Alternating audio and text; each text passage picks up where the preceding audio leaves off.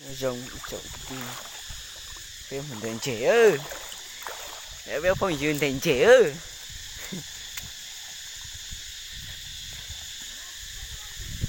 Cũng mình trẻ xin mà lấy tôi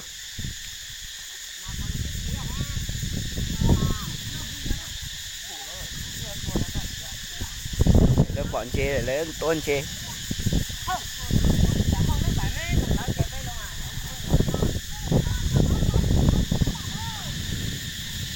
của anh trẻ đi chuyển năng đi lon trẻ luôn cái này một xem trẻ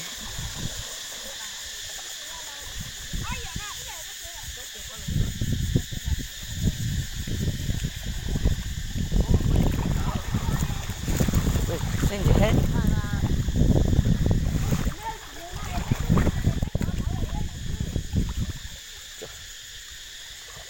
trẻ ơi là phì chứ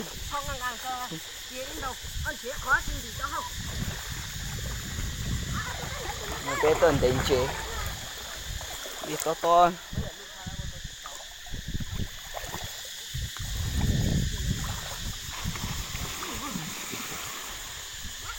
đánh chế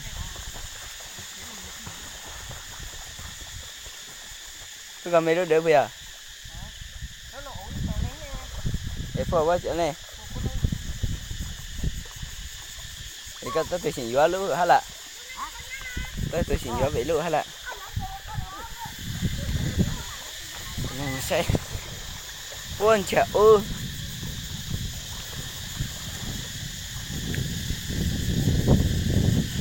mấy tuần sẽ đi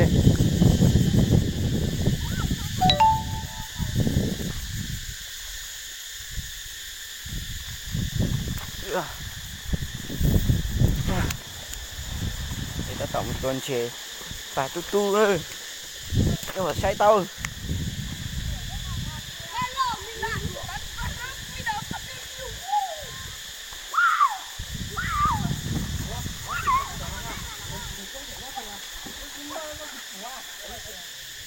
dạ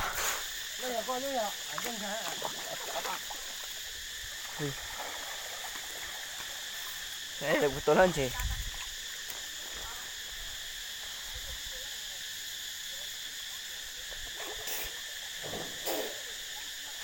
Apu à, nhưng mà thôi nó nghe chưa kia là trốn đó khó chơi khó chùa chứ bây giờ gì hả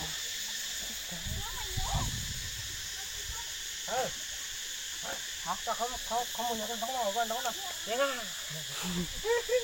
đi tuần chế chứ đâu có tao minh gì nè hả phải đặt tôi lên dù có sợ dạ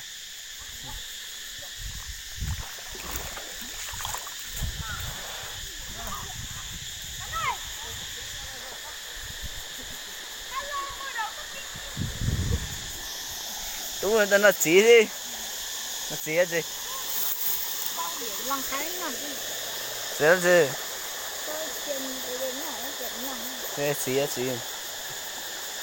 Đây chẳng này, cái chỉ này. Của xin nó.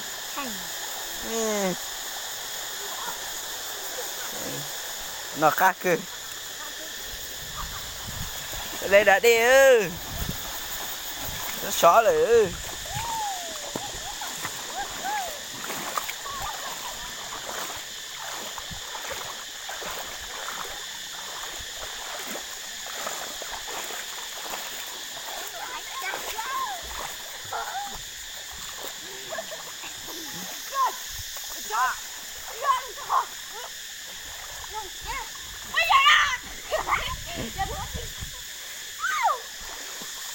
Đây toàn trẻ lại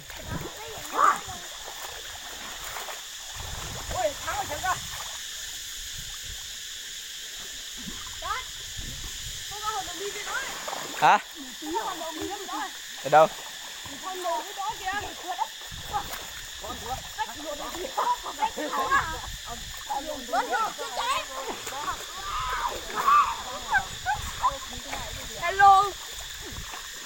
lộn luôn hết. Cái gì ở đây chưa?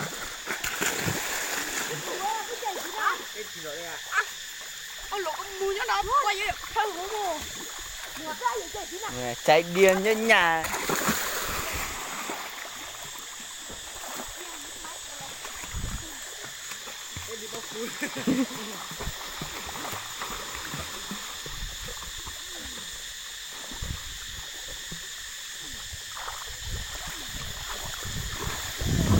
Có một xe có chuôn gì hết phụ má.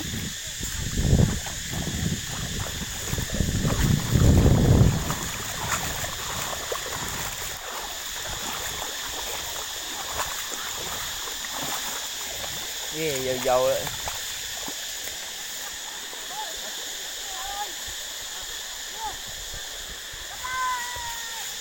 À.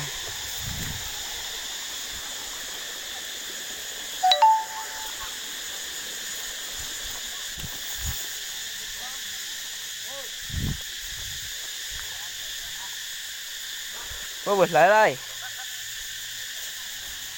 Cô lên chị. Gì?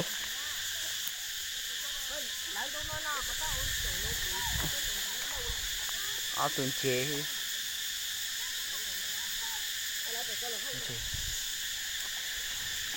Cho nó mà chơi chuyên nghiệp bắt cá xí.